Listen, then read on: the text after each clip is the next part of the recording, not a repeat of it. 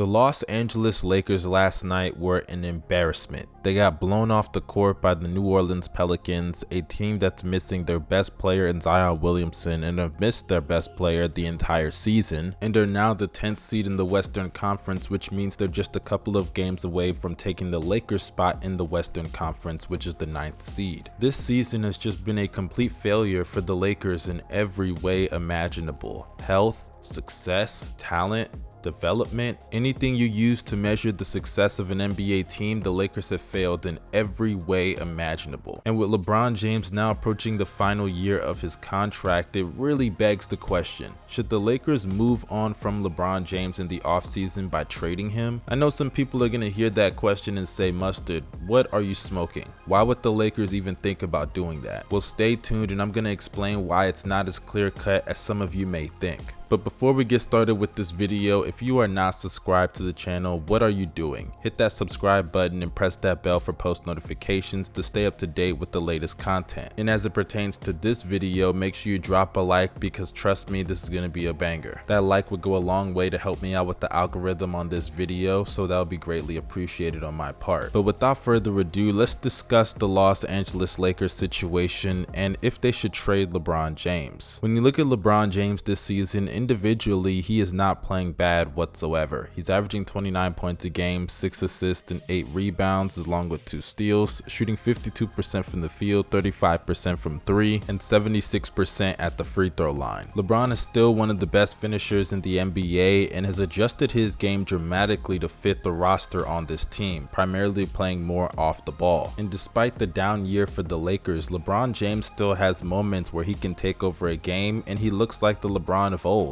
And when I say the LeBron of old, I'm talking about the LeBron that would literally come into games and say, we are not going to lose no matter what, I don't care. A prime example of that is LeBron James in 2018. That roster was significantly worse than what he has in LA this season, and he was still able to will that team to the finals, weak Eastern Conference or not. It was very impressive what he was able to do with that Cleveland roster that season. And sometimes on occasion, we do get that LeBron. We just saw what LeBron James did not too long ago, a couple of weeks ago against the Utah Jazz, where he willed them to victory in the 4th quarter. As without Anthony Davis, they were able to overcome a double-digit deficit in the 4th quarter with LeBron James dropping 15 points on 60% shooting from the field and 50% from 3. So on occasion, LeBron has been able to impose his will on opposing teams and just get them that dub. But that's not who LeBron James is anymore, because as great as LeBron James is as an individual player, at this point in his career, he is not somebody that should be carrying a roster. He's 37 years old. The example I gave about him in 2018 was 4 years ago when he was 33. LeBron is now closer to 40 than he was then. And even in that 2018 season, LeBron was taking a lot of plays off on defense. And you can see it even now that LeBron James visibly does not want to play defense consistently. Now, whether you want to criticize him for that or not,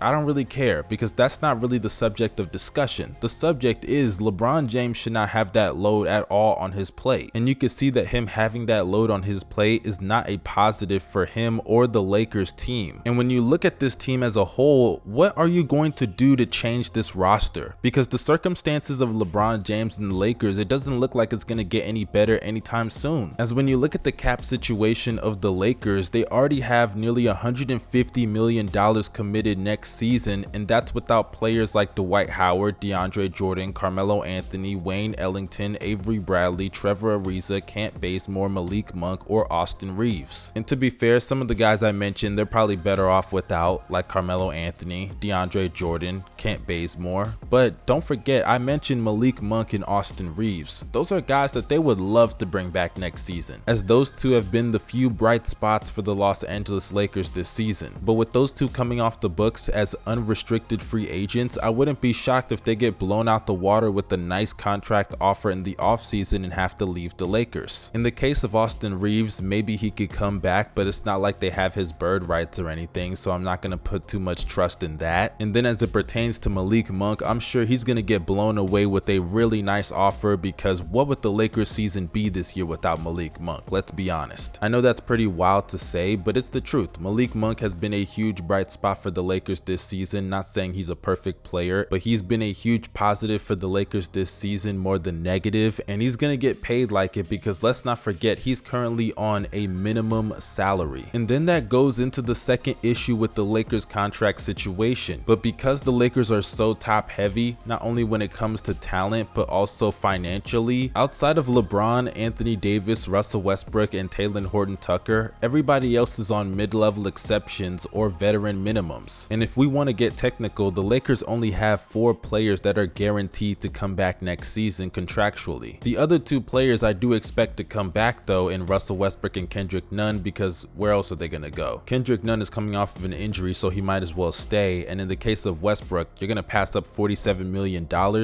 Yeah, I don't think so. So clearly the Lakers cap situation is pretty trash, and that's usually what happens whenever you are top heavy with a quote-unquote big 3 or a super team. Now the Lakers are not a super team, but it was very obvious at the beginning of the season that that's what they were going for. But whenever you do make these big 3s or quote-unquote super teams, it's very hard to build the rest of your roster around them, especially if they are not willing to take pay cuts. And it's not like LeBron and Anthony Davis had to do that because they were already signed to their deals and Westbrook was traded there, but that still proves my point. Their cap situation was going to be trash as soon as they made that Westbrook deal. Those guys are max contract guys, and in the case of Anthony Davis and LeBron, they are on super max contracts. To make that big of a financial commitment to those 3 was always a problem from the very beginning, especially considering that the circumstances that the Lakers are in right now was a very predictable one at the start of the season. But now that we've talked about LeBron's play and the Lakers' financial situation, let's bring it back full circle to the original question. Should the Lakers trade LeBron James? And I'm gonna be quite honest with you, the answer is an easy yes. Because for starters, LeBron James is entering the last year of his contract, and considering that there aren't that many moves that the Lakers can make outside of trading Anthony Davis, it's very clear that this is the team that they are going to have next year outside of the minimum guys that they're going to bring on the roster. And I know some people are going to be saying, yo, why not trade AD?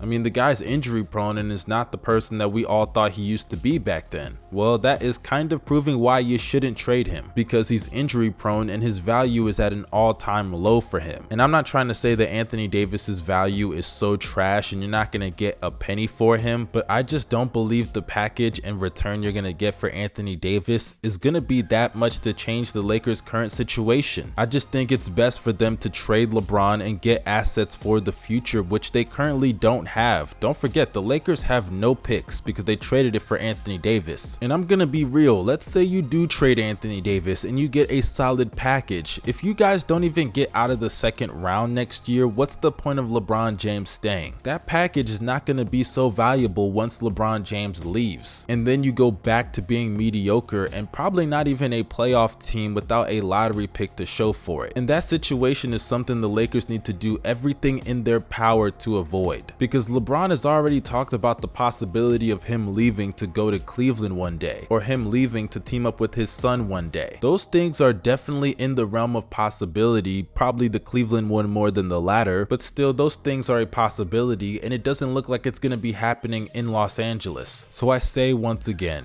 trade LeBron James, because it's clear that this roster is just not going anywhere, and with the financial commitment you already have on the books next season, it doesn't look like this team is going to get that much better, and LeBron James knows that getting to the playoffs is not an acceptable goal for his legacy. It's championship or bust every single season, and if they're just struggling to make the postseason, why would LeBron James stay? It'd be one thing if LeBron was in Cleveland, which was his hometown. Even though they had a subpar roster in 2018, he was still able to go to the finals 8 straight years. In the case of the Los Angeles Lakers, those things just don't apply. And Lakers fans must realize that LeBron James doesn't owe a single thing to that city or team. He's already won a championship for them, bubble or not, I truly don't care because he got the job done either way. And it's not like Lakers fans have been openly accepting of LeBron James. This is the team that was literally defacing his murals in Los Angeles. So in my opinion, opinion, LeBron doesn't owe Lakers fans or the Lakers organization much of anything. And vice versa, the Lakers front office, they've already accomplished the goal that many teams would like to accomplish in the league. They've already won a championship. And since then, things have been on a complete downward spiral, so you might as well get the divorce while you still can before she takes all of your money. But I would love to know what you guys think in the comment section. Do you believe the Lakers should or shouldn't trade LeBron James? Let me know your answer and why. Make sure you follow me on social media. The links are down below in the description box. My Twitter, Instagram, Twitch, all of that stuff down there. And subscribe to my second channel if I must. I got a video dropping today about James Harden and Joel Embiid. This is your boy Young Mustard signing out. Y'all stay safe and have a blessed day.